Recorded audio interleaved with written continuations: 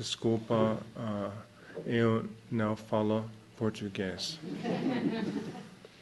Sorry, I have to speak in English. I'm going to talk about, speak a little bit about the subject of offerings. Before I do so, I want to make some introductory remarks, which I think would be helpful for you to hear. I'm going to, as I see most of you here seem to be experienced practitioners, I don't need to say a lot about this, but I think it's important to reiterate because it's without it you can't really practice properly. So that's that we should always practice, do all of our practice, study, and everything that we do needs to be motivated by the pure intention of bodhicitta. So that bodhicitta, that is that wish to benefit others, and specifically we need to have that when we do the practice. If we don't have that, no matter how profound the practice may be, it cannot lead to Buddhahood. So many of you here know this already, of course, and I'm just reminding you of this, so because it's possible that it will degenerate. Another thing to keep in mind, as green Tara is a Vajrayana practice, in order for the practice to be successful, we have to receive it from an authentic lineage. And we have to have three things, or three aspects, three conditions as well for the practice to come to fruition. And those are in Tibetan Wang, which is the empowerment or initiation. The second one is Lung, or the reading transmission. And the third one is Tri, which is instruction on how to do the practice. If those are not complete, or if the lineage is broken in any way, the practice will not work. So this practice that we're doing during this Drupchu is the green Tara that comes from the Chuling Tersar lineage. The Chuling Tersar lineage, to translate it, it's the new termas of Chudra Lingpa. It comes from the terma tradition discovered by Chudra Lingpa. The lineage is complete. Chudra Lingpa received this terma directly from Guru Rinpoche. Then Chudra Lingpa was the first in the lineage since Guru Rinpoche. Chudra Lingpa passed it on to Jamgon Kagyu Lodro Tai, then to the 15th Karmapa, Kachap Dorje, and down the line, and now it's become very widespread in not only the Kagyu lineage but the Nyingma lineage as well. So the lineage is complete. You don't have to worry about that. So now a little bit about the actual subject. As I don't possess any, I don't have any kind of special qualities or realization, I'm going to teach from a sacred text of our lineage called the Dapa Tarjan in Tibetan, which is widely known as the Jewel Ornament of Liberation. But it's better to translate it as the Ornament of Precious Liberation. But I will always refer to it as Dakpo Tarjan. Dakpo is another way of saying Gampopa. The one from the Dakpo is a region in Tibet. And Tarjan is Ornament of Liberation. The way that this text in general is written it's written in a formal manner of a Tibetan commentary, so it's very structured. So you need to pay attention to the structure of the text. If you learn the basic outline and structure of how he presents the material, then it'll be easier for you to remember.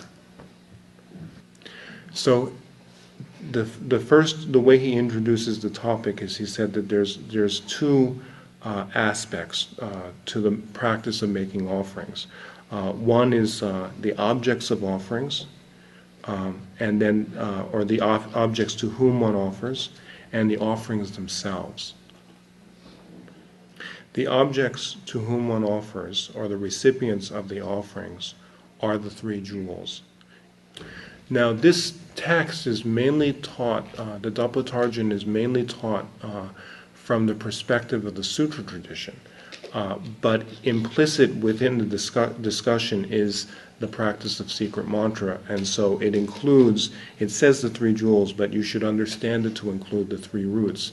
The Lama, the root of blessing, the Yiram, the root of city or attainment, and the Dharmapalas or protectors and Dakas and Dakinis, who are the root of all activity.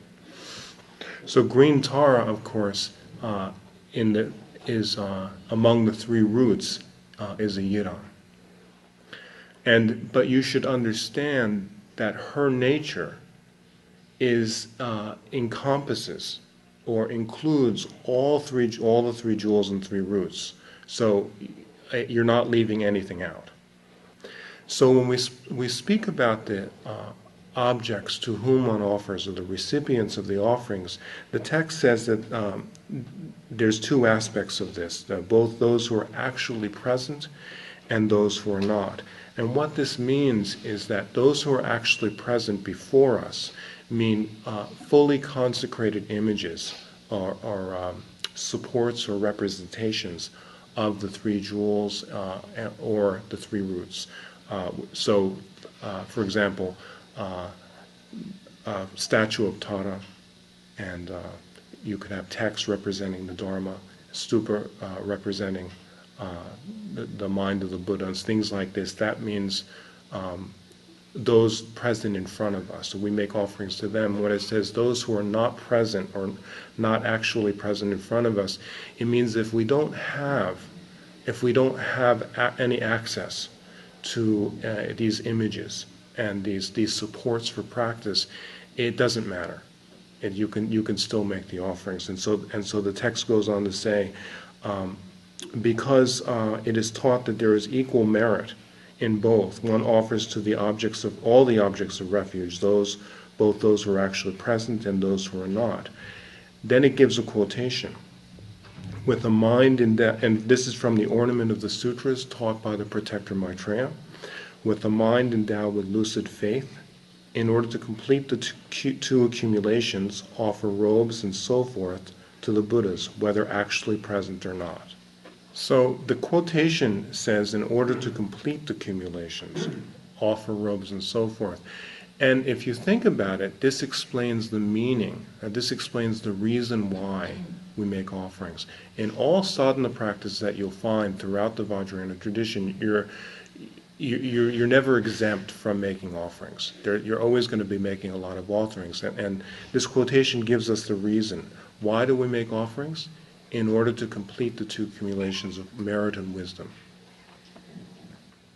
So we've completed the part about the recipients of the offerings, of the objects of the offerings, and now we're going to discuss the offerings themselves.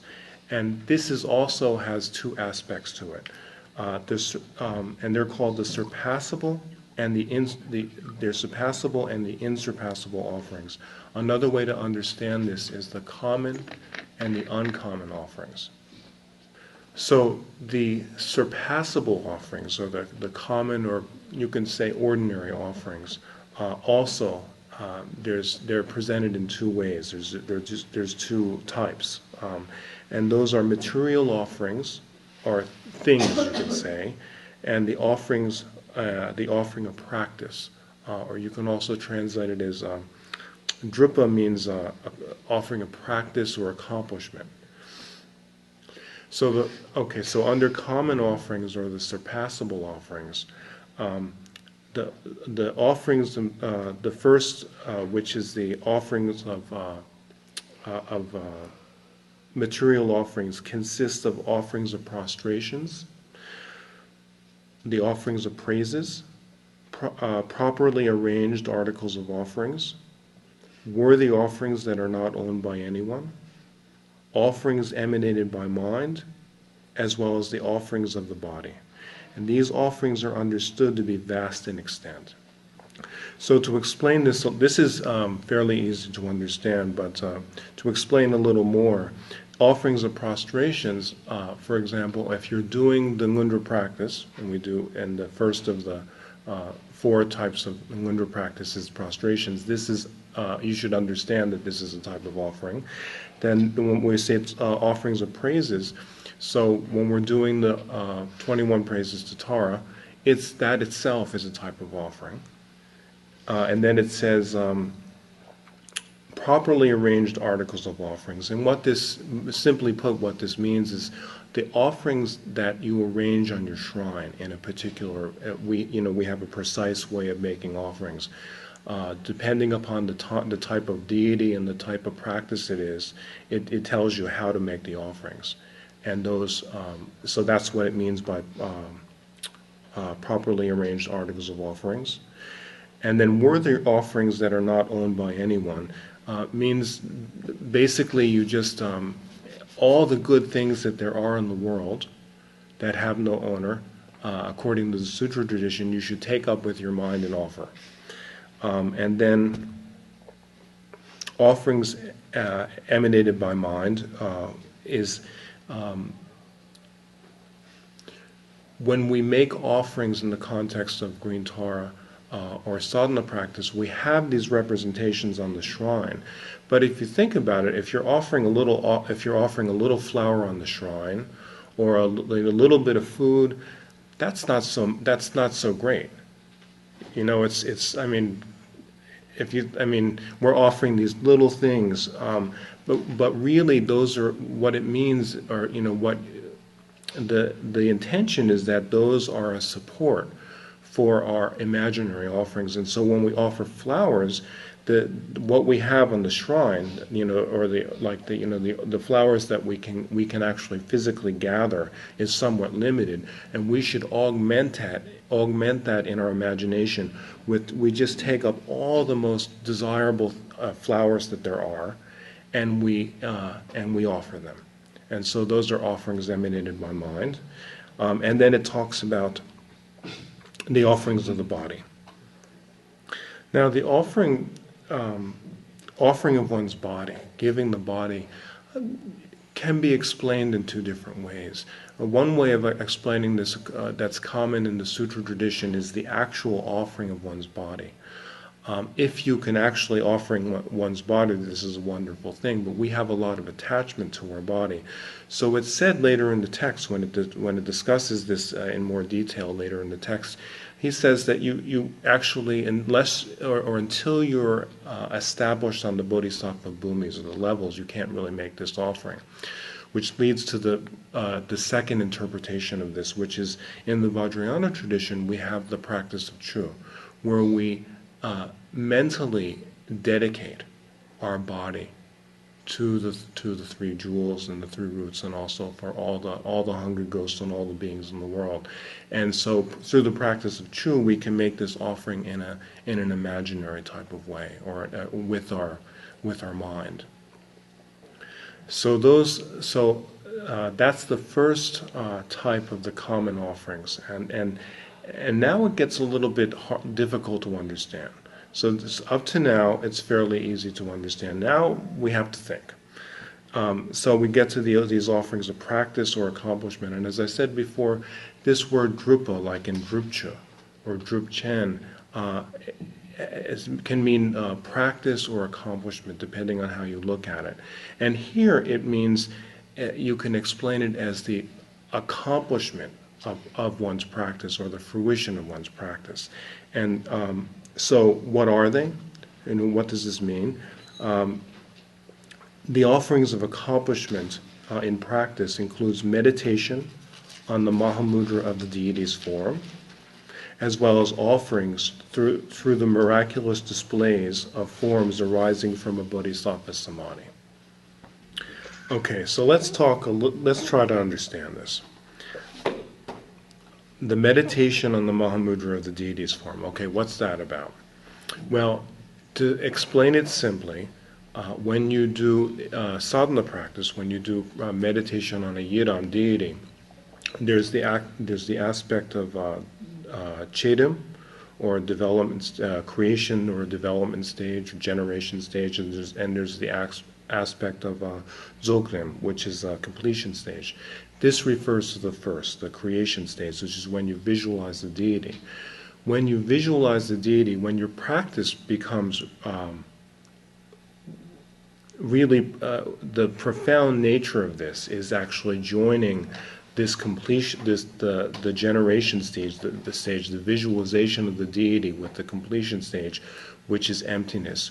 And when you understand, that the nature of the deity is appearance and emptiness inseparable. That's what this first one means. The Mahamudra of the deity's form. Okay, I told you this is getting hard to understand. So the second one of this offerings of accomplishment in practice is offering this miraculous display of forms arising from the Bodhisattva's samadhi. Now this is similar to the imaginary offerings that we make now. The difference is that these bodhisattvas, when we attain the bodhisattva levels, and for the bodhisattvas who are actually established on those levels now, when they enter into, there's a particular samadhi that they enter into. And when they enter into this samadhi, through their samadhi, they can fill the whole of space with these forms. They're miraculous displays, and the space is filled with them, and they actually appear. This is inconceivable to us as ordinary beings, so you don't have to worry too much about it now, but it's good to know about, because we make the aspiration that we can do this at some point. So that ends the discussion of the common offerings. So the insurpassable offerings, or the uncommon offerings, include both offerings with an object of focus and offerings without an object of focus. So again here, with the common offerings, there's two types, there's two divisions, and with these uncommon or insurpassable offerings, there's also two varieties.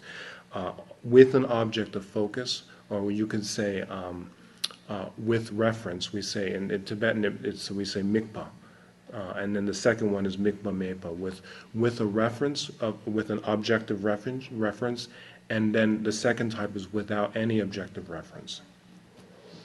So this first one is easier to understand. Mikpa, or the offerings with an object of focus or with reference, refers to the meditation upon bodhicitta. Actually, bodhicitta is a very vast subject, because it's said in the teachings, it said that there's no Mahayana teaching that is outside the scope of bodhicitta.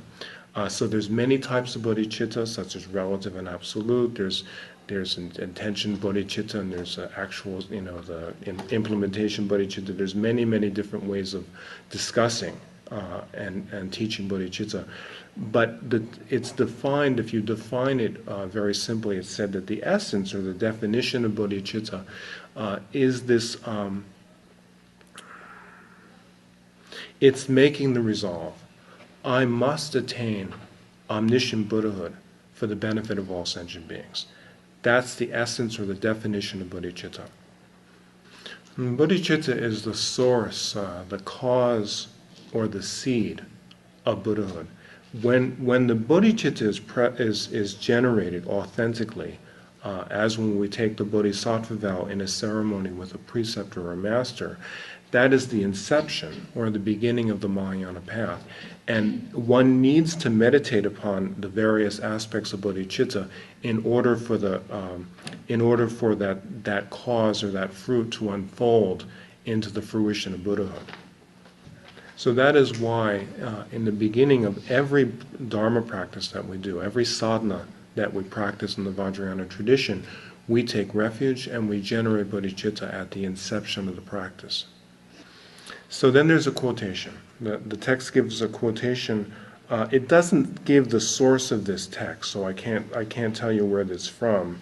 But the quotation is, when the wise meditate on bodhicitta, it is a sublime offering to the victors and their heirs. Their heirs refers to the bodhisattvas. So that's the first part of the insurpassable or uncommon offerings. The second part, that's with reference or with an objective focus. The second part is the offerings without an objective focus, or without offerings without reference, mikpa mepa in Tibetan. And that is to meditate upon the meaning of selflessness. And the text says, that is supreme among all offerings. So the text at this point gives two quotations.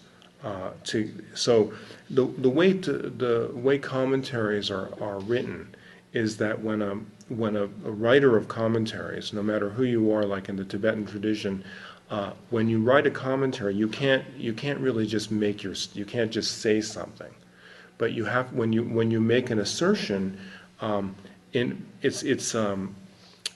it's kind of understood that there's going to be other scholars looking at your treatise, at your text, and so when you make an assertion, you have to back it up with scripture, by reference to authentic scripture, and so that's what Gampopa does at this point. So he gives these two scriptures to say that I'm not making this up, and then he quotes the first one is the chapter requested by the Deva's son Susistamati. So these are a little bit hard to understand. We'll just read the quotations, and then I'm going to say a little bit more to try to unravel the intention. If a bodhisattva, intent upon awakening, offers flowers and incense, food and drink, for as many millions of eons as there are grains of sand in the Ganges River, to the Supreme Human, the Buddha, and another bodhisattva, with the understanding that there is no self, life, or person, viewing all things to be just like that, attains patient acceptance of the lucidity of that emptiness, it would be a superior offering to the Supreme Human. The Supreme Human refers to the Buddha. So the second quotation is from the sutra called the Lion's Roar, and that says, not to form any ideas or notions, that is offering to the Tathagata. Not to accept or reject, but to enter into a non-duality, that is offering to the Tathagata. Friends, the form of the Tathagata has the nature of not being an entity. Therefore, to have the idea of being something is not a fit offering. So when we talk about the offering of selflessness, this is really is meant for bodhisattvas who are abiding on these bodhisattva levels or bhumis. But we need to approach this in stages. Right now, we can't meditate upon selflessness or emptiness directly, but we can approach it by way of listening to explanations and then reflecting upon those explanations. So we study about emptiness, and then we reflect upon the meaning, and then we meditate upon it. So these three things, learning or listening to teachings, then reflecting upon the meaning, and then finally meditating, we begin to approach the meaning of selflessness or emptiness. In the beginning, it's very difficult. And then gradually, as we meditate upon it, it becomes more familiar to us. And then after a long time, and the way the bodhisattvas practice is that they also make lots of offerings. They accumulate a lot of merit in order to realize this supreme selflessness or emptiness. So right now we can't meditate upon it directly, but we can listen to explanations, and then gradually we become more and more familiar with it, and then eventually it turns into this direct realization of emptiness that arises at the time of the first bodhisattva level. So that concludes Gampopa's discussion of the explanation of making offerings. So now I'm just going to summarize the main points.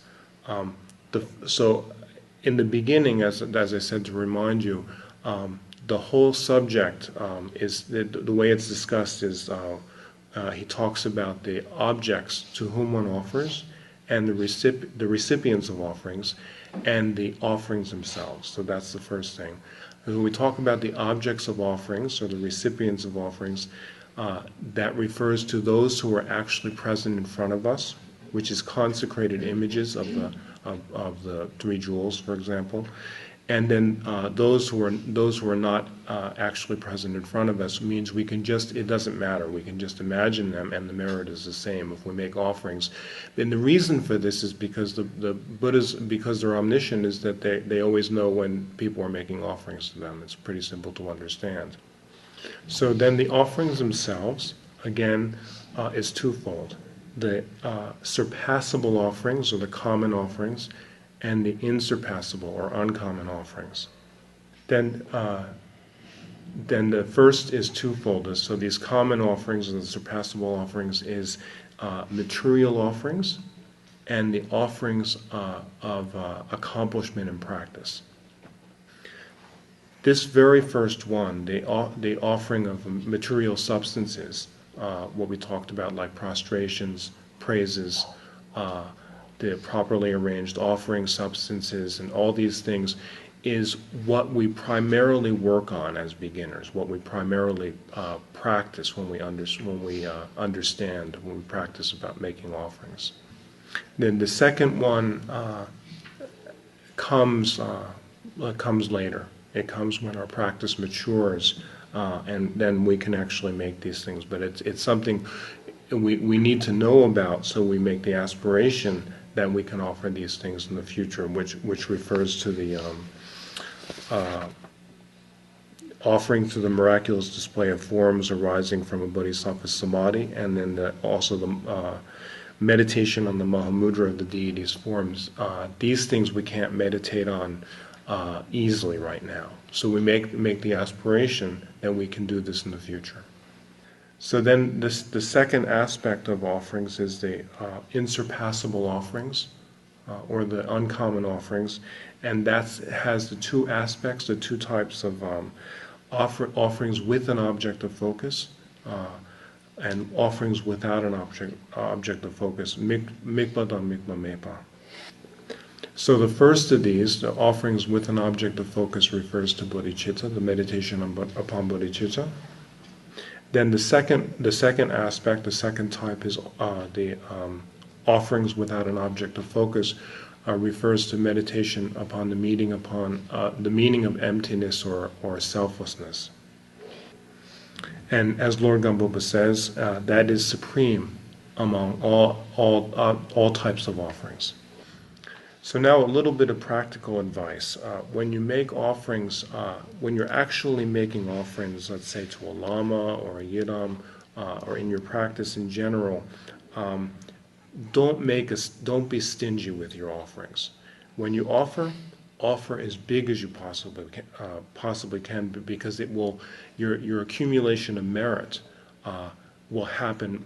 You'll gather the accumulation of merit much more quickly. If you make a small offering, and you're capable of making a much bigger offering, it's not going to be your merit's not going to develop very quickly, and it's going to slow down your path. So, really push yourself to give as much as you can.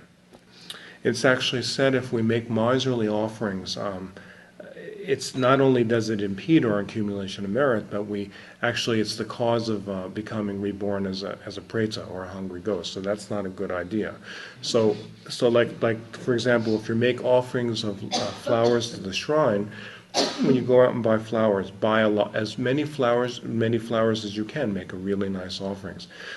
Make really, really good offerings. Someone like me, to be honest, I'm not a suitable object of offerings because I have a lot of faults. So if you make offerings to me, it's not going to mean that much because I'm not a great recipient. But if you happen to see the face of these really great lamas like Jawan Karmapa, Sakya Trizin, the Dalai Lama, there's really, really great lamas who embody all the qualities of the three jewels, then you should make the biggest possible offering you can. So that's pretty much all I have to say. I hope that's beneficial to you. If maybe we can have one or two questions, and then we'll conclude for this evening. Eu queria que ele falasse um pouco mais sobre a meditação no significado da ausência de eu. Sobre a meditação no significado da vacuidade. Eu acho que eu captei muita mensagem, sabe? Well, selflessness or emptiness is difficult to understand. It's I don't have a complete, I'd be lying to you if I said I could actually, I had the realization of selflessness or emptiness. It's something that we develop in stages. So when you hear about it in the beginning, it doesn't really make any sense. So the way we approach this, as I said, is to listen to the teachings on, when you have an opportunity, like when a Lama is teaching about Madhyamaka. Madhyamaka, it gives the meaning of the Prajnaparamita Sutra. So the meditation upon emptiness is explained in the second turning of the wheel of Dharma. But the Buddha, he didn't give the reasons. He just said all forms are emptiness. Forms, sounds, smells, taste, touch, all these things up to omniscient wisdom. He said all these things are emptiness. But he didn't give a lot of reasons. Then he left it up to the great protector Nagarjuna to give us the reasons. And Nagarjuna wrote a root text on the middle way, the Madhyamaka, called the Mula Madhyamaka Karikas. They're like root verses on wisdom. That's the root verses of the middle way called wisdom. That's what it's translated as. And then he gives us the reasons, and then that text was the first Madhyamaka text. And then all these great masters came along later, and they commented upon it. So all the later masters like Chandrakirti and Aryadeva and Shantideva, they wrote all these treatises, and because it's difficult to understand, they got into a lot of arguments. And so there's all these different schools like Prasangika and Sautransika Madhyamaka. There's a lot of arguments, there's a lot of discussion and disputation because it's not easy to understand. So we have to have patience. When we're approaching this subject, it's not very easy. But when you have a chance, go to like a Kempo. Kempos really they have the transmission of these texts. Then really try to work hard and get explanations of these things. So that's one approach to it, and that's called, you first establish the view, and then based upon the view you enter into the meditation. But that takes a long time because you have to study a lot, and you also have to be smart because it's difficult to understand. And then there's another way which is called like establishing. You establish the view from within the meditation, and that's the tradition of Mahamudra and Dzogchen, the Great Perfection, where the way it works in those traditions is that you don't have to study a great deal. The way to generate the realization is to find a really great master who embodies the complete realization of either Mahamudra or Dzogchen. You practice a lot of Guru Yoga, and you meditate exactly the way they tell you to meditate. And then within that meditation, your mind will come to rest within the emptiness, and you find the emptiness, or you in a way you discover the emptiness within the meditation. That's the second way of doing this. That's unique to the Vajrayana. So we can conclude here.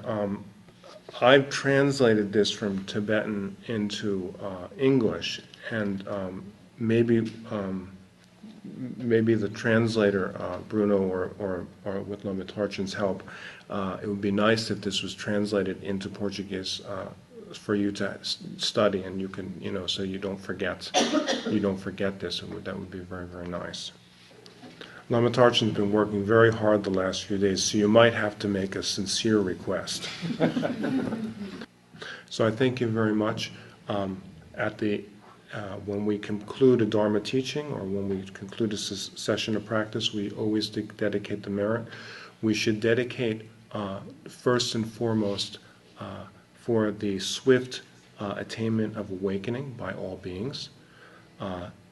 Then secondly, we dedicate to the long life of all the great masters, especially the masters of the Vajrayana, the great masters such as the Karmapa and La Chaturabhache, all the great upholders of the teachings. And we dedicate that all the teachings may remain in the world for a long time. And we dedicate to the peace and happiness and all the kind of ordinary, the fulfillment of wishes in a mundane way of all beings.